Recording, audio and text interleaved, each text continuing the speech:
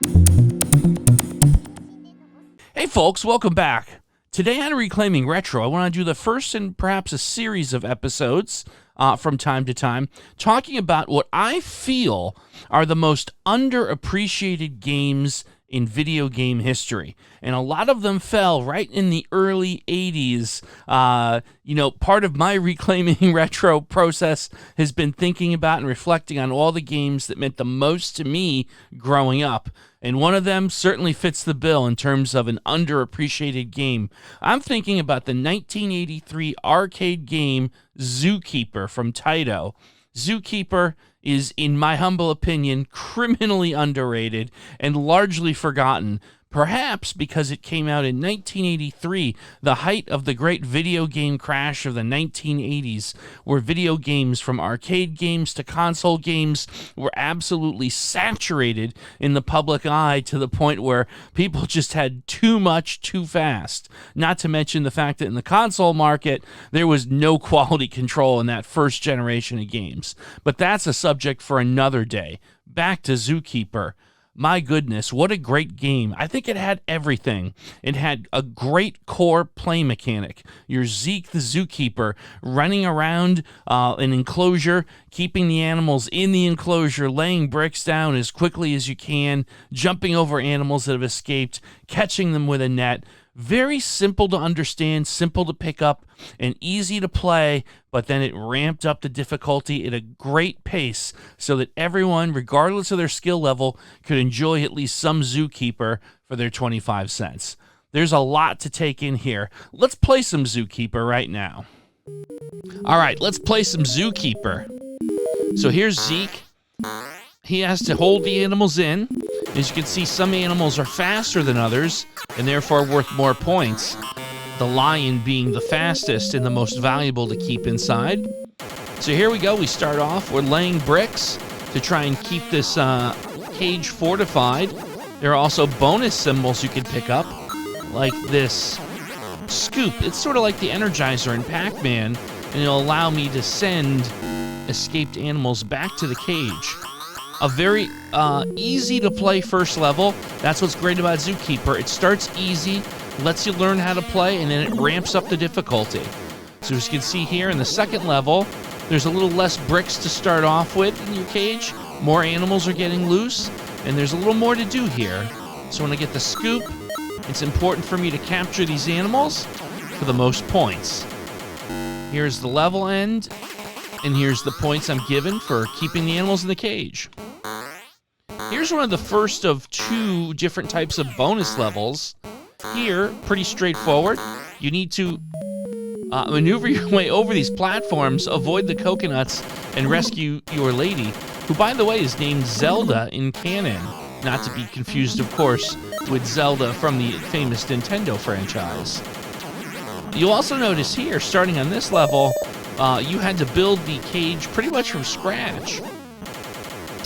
So there's a lot of challenge here that develops between managing your cage and getting the different bonus items. Here we've gotten most of the, if not all the camels taken care of. And, oh, look at that. I ran right into someone. Okay. Let's try that again. Now, obviously, defensively, once these animals are free, you need to jump over them. The more animals you jump over, the more points you get for the jump. And some folks' advanced Zookeeper strategy actually calls for letting all the animals escape and trying to bunch them up in one cluster to jump for a tremendous amount of points. Here's the scoop. We're going to see if we can get some of these animals back in their cage before the level ends for some extra points. I don't think I'm going to make it in time for him. There we go. And here's another level with the platforms. Again, you've got to go faster than I'm going here, because as you can see, those coconuts start appearing very quickly. See if we can avoid and get between these two. Oh yeah, right between the two coconuts. Excellent. Now, here is the second of two types of bonus levels. Here, you're compelled to play this, but if you can get over these two platforms and save Zelda, oh, careful, you see that? You win an extra life. But be careful, you could lose. Oh, look at that. No. I waited too long. So here's the problem. While you win an extra life, you could lose all of your lives on this level as well.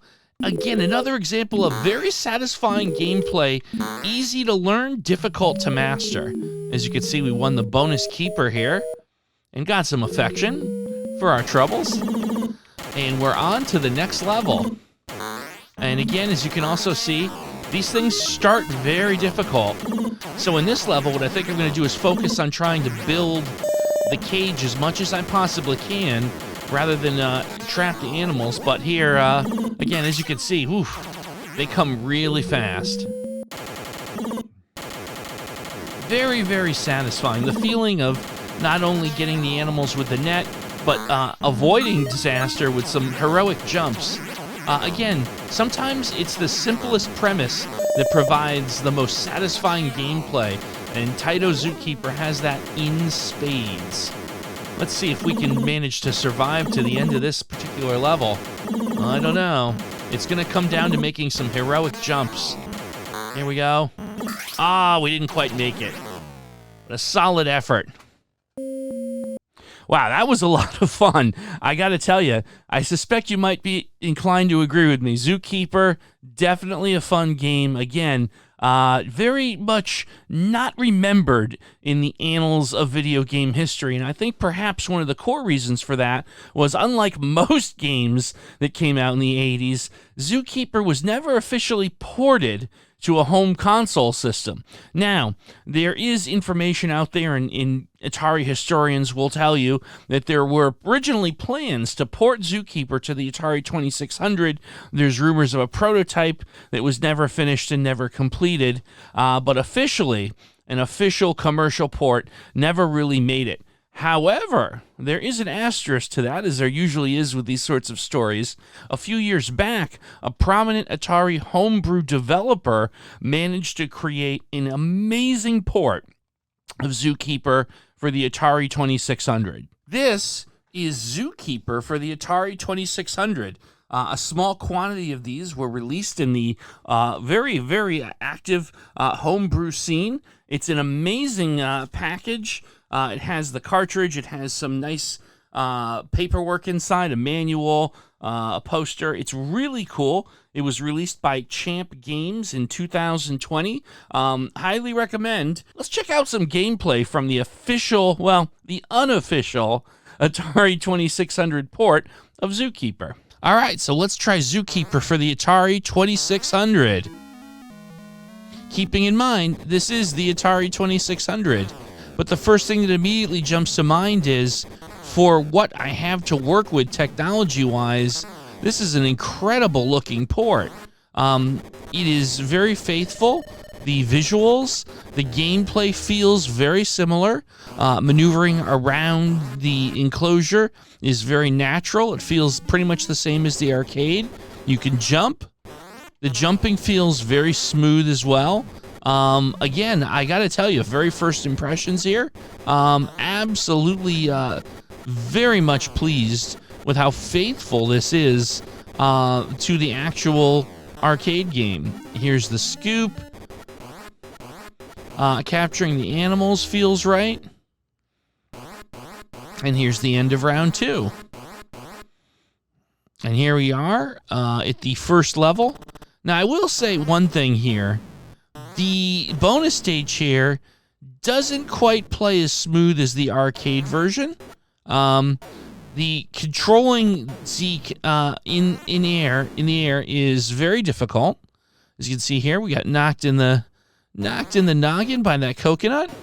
I found the strategy here is to just rely mostly on well-timed vertical jumps. And hoping that you get a good break with these coconuts. Come on. We're running out of time here.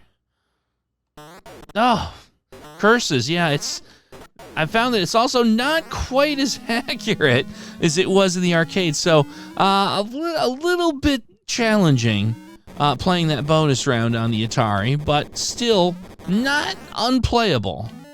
The traditional Zookeeper rounds, though, super satisfying.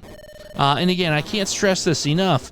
This game in this port is clearly pushing the Atari 2600 hardware-wise to its limits. There I got attacked by that camel there, that unfriendly camel. Let's see if we can get the scoop. There we go. Obviously, the animals do not have as much detail as the arcade version, but again, you would expect that. And the other thing that's noteworthy is there's kind of a flickering effect here. And the reason for that is the Atari 2600 was not designed to have this many moving objects, or sprites, if you will, on the screen at the same time. So what actually happens here is kind of a trick, a programming trick. Various objects are drawn to the screen on alternate frames, creating kind of a flicker effect. But again, considering the hardware that we're working with, I think that's an acceptable trade-off, and it still leaves the game quite playable. Because of the limitations of the Atari, again, you can't have as many animals on screen as you could in the arcade, so perhaps that's something to be said for the challenge isn't quite as hectic on the Atari as it is in the arcade, but it's still, as you can see, quite challenging. Overall, this is an amazing experience, and if you have the good fortune of finding a copy of Atari Zookeeper, I highly recommend checking it out. Wow, I'll tell you, for the Atari 2600 and the limited technology available on that platform, that was one of the best ports of a game I've ever seen for the 2600. Amazing work, and congratulations to Champ Games on a job well done.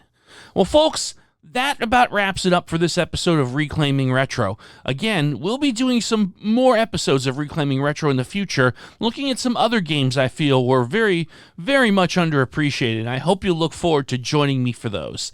I'd encourage everyone out there watching to go on your own journey and reclaim your retro. It's a lot of fun, and you won't regret it. Thanks for watching. We'll see you next time.